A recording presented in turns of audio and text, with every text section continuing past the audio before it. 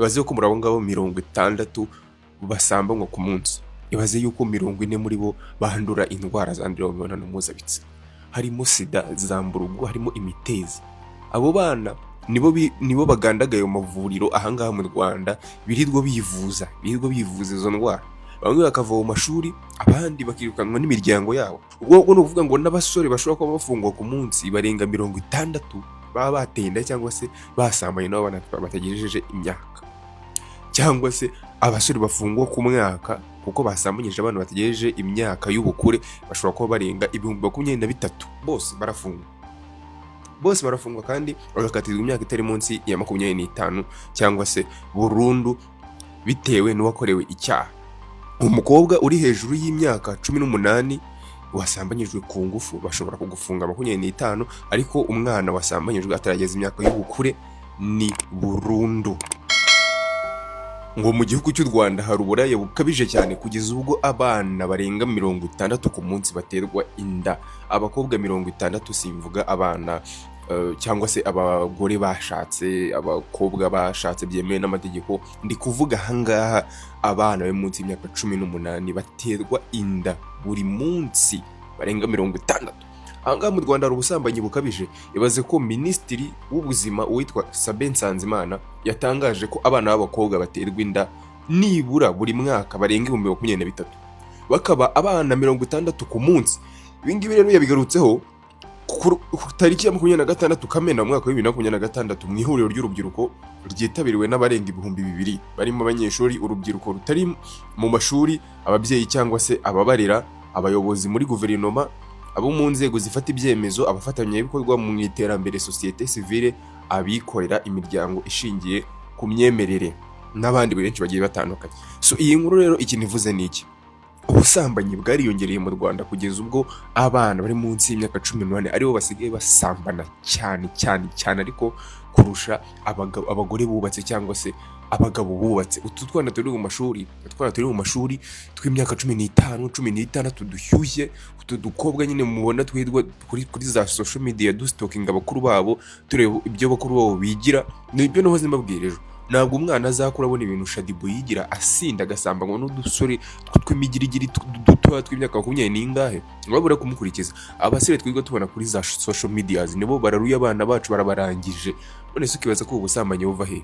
Social media, aba bana mugura mu telefone bakiri bato, bakiri mu mashuri, nibo bakabije icyo bita ubusambanyi, kuko nta handi yabikura. Atabikuye mu muryango we, yabikura kuri social media cyangwa se kuri internet. So ikindi, ubundi busambanyi buva mu miryango niho buturuka.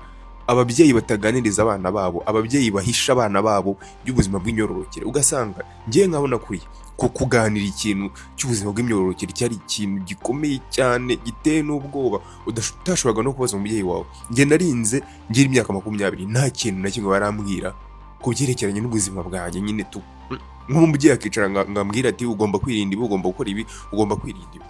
Ibyo bintu ntabyo bambwiye, nge narabyimenyeye njyewe ubwanjye, cyangwa se ibyo twigishijwe mu mashuri, kandi no mu mashuri babyigisha bica ku ruhande. So ugasanga uyu mwana w'imyaka 14, 15 nta makuru ahagije afite ku buzima bwe bw'imyororokere, ntayo habe na makeya. So ugasanga niyo mpamvu bashobora kugwa mu bishuko mu buryo bworoshye kugeza ubwo abakobwa 60 baterwa inda buri munsi mu Rwanda, mu gihugu cy'u Rwanda. Ntago ndi kuvuga muri Afurika cyangwa ku isi hose, ni mu Rwanda. Abakobwa 60, nubwo mutabizi ariko buriya baba batewe inda. Kuvuga ngo n'ubundi abakobwa 60 baterwa inda ku munsi, ababyara ku munsi bashobora kuba barenze 30 cyangwa 100. So ibi bintu turaza kubikora gute rero? Umuti w'ibi bintu uraza kuba uwuhe ko ngiye ntumiwe ubu ngubu byandenze? Kuvuga ngo abakobwa barenga 23 ku mwaka barabyara cyangwa se baterwa inda. Aba nabana yo munsi y'imyaka 18, kandi leta igiye kubikabiriza ihita ivuga ko bafashwe mu ngufu cyangwa se basambanyije batagejeje imyaka. Ubwo no kuvuga ngo n'abasore bashobora kuba bafungwa ku munsi barenga 60 baba bateye inda cyangwa se basambanye nabo batagejeje imyaka, cyangwa se abasore bafungwa ku mwaka kuko basambanyije abantu bategereje imyaka y'ubukure bashobora kuba barenga 23,000. Bose barafungwa kandi bagakatirwa imyaka itari munsi ya 25 cyangwa se burundu bitewe n'uwakorewe icyaha. Umukobwa uri hejuru y'imyaka 18 wasambanyijwe ku ngufu bashobora kugufunga 25, ariko umwana wasambanyijwe atarageza imyaka y'ubukure ni burundu. So muri ibyo ngibyo rero harimo inda zihitana abana kuko baba bataragira ubushobozi cyangwa se baba batarakomera muri za nyababyeyi ku buryo babasha kwikorera umwana amezi 9.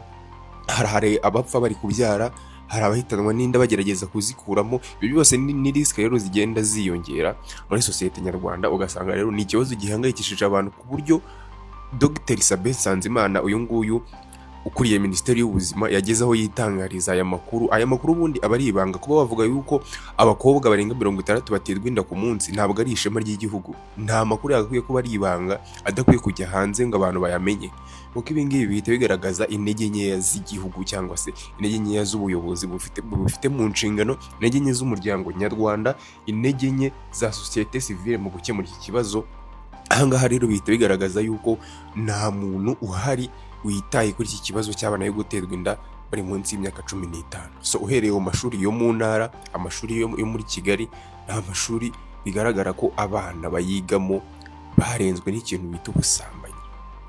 Mu Rwanda ubushakashatsi bwose bukorwa ku isi hose, u Rwanda rwaje mu bihugu bya mbere muri Afurika mu bihugu streaminga pornography kuri internet, ibihugu cyangwa se konsoma cyane aya mashusho y'urukozasoni kuri internet. U Rwanda rwaje mu bihugu bya mbere. Ibaze yuko mu bihugu 10 muri Afurika bireba pornography bya mbere, icya mbere mu bihugu 5 u Rwanda ruza muri ibyo bihugu 5. Mu bihugu 10 u Rwanda ruza mu bihugu 5 mu bihugu bireba bisura izi mbuga za pornography cyane. Ibi ngibi rero bikaba bigaragaza yuko nta buryo buhamye bwo kurinda abana kuri social media cyangwa se kuri internet, nta buryo na bumwe bwashyizweho bwo kurinda aba bana. Ikindi, ibyo bareba, ibyo bumva buri munsi, nta buryo buhari bwo kuba protectinga. Ikindi, burya umwana udahanuwe n'ababyeyi, kuko uburere buhera mu muryango. Ntabwo umwana utaherewe uburere mu muryango azajya kubuhabwa ku ruhande. Umwana utaganirijwe ngo amenye ibyo akwiye kwirinda, wenda ashobora no gusambana ariko ntakuremo iyo nda, akamenya uburyo bwo kwirinda, uburyo bwo gukoresha agakingirizo. Noneho ibaze yuko hari ibintu nari nsimbutse n'ababwiye. Ibaze yuko muri abo ngabo 60 basambanywa ku munsi. Ibaze yuko 40 muri bo bandura indwara zandurira mu mibonano mpuzabitsina, harimo Sida, zamburugu, harimo imitezi. Abo bana nibo bagandagaye mu mavuriro ahangaha mu Rwanda, birirwa bivuza izo ndwara. Bamwe bakava mu mashuri, abandi bakirukanwa n'imiryango yabo.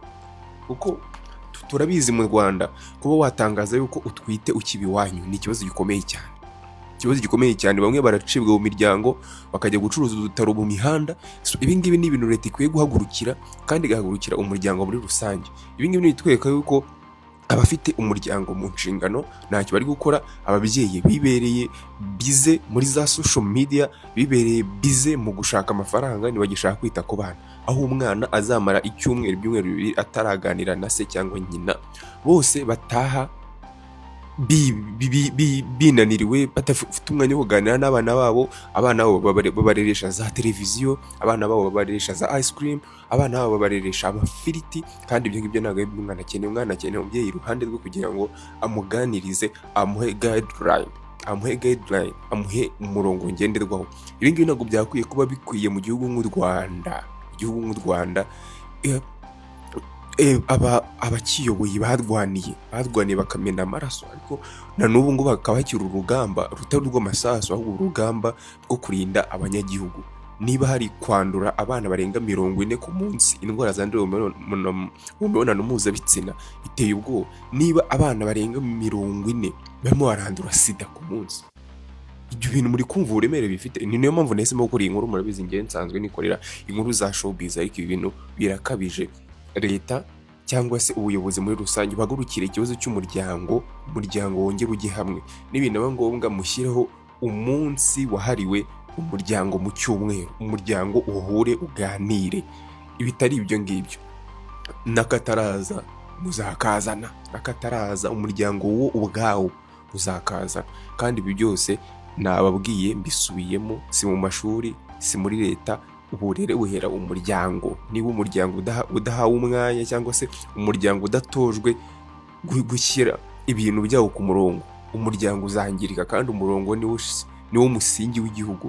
igihugu gihera mu muryango indani. Mu muryango niho hava abaturage, umuryango niwo ubyara abaturage bakaboneka mu gihugu.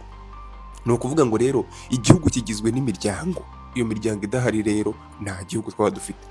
So ndabashimiye cyane mwese mwakoze subscribe kuri The Winners Post. Ahangaha twagezeho ubusesenguzi bugiye butandukanye bitewe n'amakuru yiriwe avugwa. Ndabashimiye cyane rero